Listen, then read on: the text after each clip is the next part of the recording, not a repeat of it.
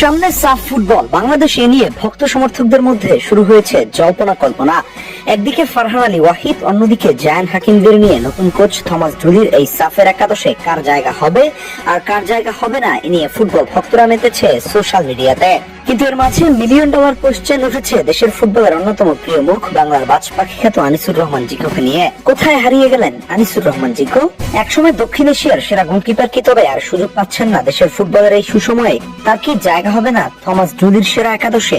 বাংলাদেশের এই বাজ পাখিকে নিয়ে ভক্ত সমর্থকদের সব প্রশ্নের খোলামেলা উত্তর দিতে টিম ফুটবল স্পেশাল এই প্রতিবেদন তৈরি করেছে। অদৃশ্য শক্তির জোরে নাকি স্পোর্টিং কোনো কারণে জিকো প্রাণ প্রদীপের আলোয় আসতে পারছেন না, তাই নিয়ে দেখার চেষ্টা করবে আজ টিম ফুটবল।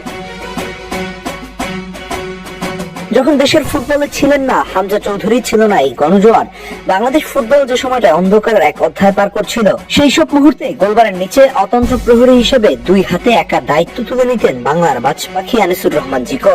একসময় তার অতিমানবীয় পারফরমেন্সের জেরেই কোটি জনতা জানতে পেরেছে বাংলাদেশ ও আন্তর্জাতিক অঙ্গনে ফুটবল ম্যাচ খেলে থাকে। দেশের গোলবারের নিচে এখন পর্যন্ত 31 বার দাঁড়িয়েছেন জিকো, ক্লিন শিট ধরে রেখেছেন 9 বার। কাতারের বিপক্ষে অতিমানবীয় পারফরমেন্স, লেবানন ও ভারতকে একা হাতে রুখে দেয়া কিংবা চীনের প্রাচীর হয়ে দাঁড়িয়ে দলকে একাই সাফের সেমিফাইনালে টেনে নিয়ে যাওয়া এবং কুয়েতের বিপক্ষে সত্যিকার অর্থে বাজ পাখির রূপ ধারণ করা। লাল সবুজ জার্সিতে জিকোর ইতিহাস ঘাটলে বেরিয়ে আসে এমন সব রূপকথার গল্প। তাহলে গত সাফ চ্যাম্পিয়নশিপ টুর্নামেন্টের সেরা গোলকিপার খেতাবধারী আনিসুর রহমান জিকো কেন নেই জাতীয় দলের ত্রিসীমানায়? এর উত্তরে বলতে হয় মাঠের বাইরে কিছু নিয়মহীন লাইফস্টাইল, ফিটনেস ঘাটতি আর নিজের উপর নিয়ন্ত্রণ হারানোর মতো অগ্রহণযোগ্য ঘটনা। জিকোকে ঘিরে বিপত্তিটা ঘটে বছর কয়েক আগে। মালদ্বীপে এএফসি কাপ খেলে দেশে ফেরার পথে বিমানবন্দরে বসুন্ধরা কিংসের কয়েকজন ফুটবলারের লাগেজে বেশি পরিমাণে মদ জাতীয় পানীয় পাওয়া যায়। এরপর হন কিছুদিনের জন্য বহিষ্কার। এরপর থেকেই যেন জিকো জাতীয় দল থেকে জায়গা হারাতে থাকে। এরপর জিকোর উপর পড়ে বসে সিন্ডিকেটের থাবা, আর জায়গা মিলে না জিকোর। একটি ভুলের সাজা কতটা কঠোর হতে পারে? বিশ্ব ফুটবলের দিকে তাকালে দেখা যায় ড্রাগ বিতর্কে জড়িয়ে ক্যারিয়ারের কঠিন সময় পার করার পর পল পগবার মতো তারকারাও ঘুরে দাঁড়িয়েছিলেন। জিকো তো এমন কোন অপরাধ করেননি। বাংলাদেশে যতটুকু পরিমাণের কথা বলা হয়, অন্যান্য অনেক দেশে সেটাকে হয়তো অপরাধ হিসেবেই গণ্য করা হতো না।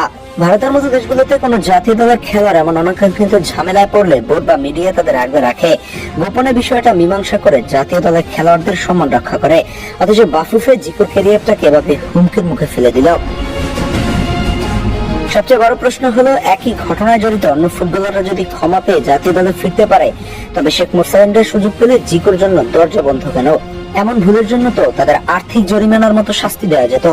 দেশের সময়ের সেরা গোলকিপারের একেবারে জাতীয় দল থেকে বের করে দেওয়া কোনো পেশাদারিত্ব হতে পারে না।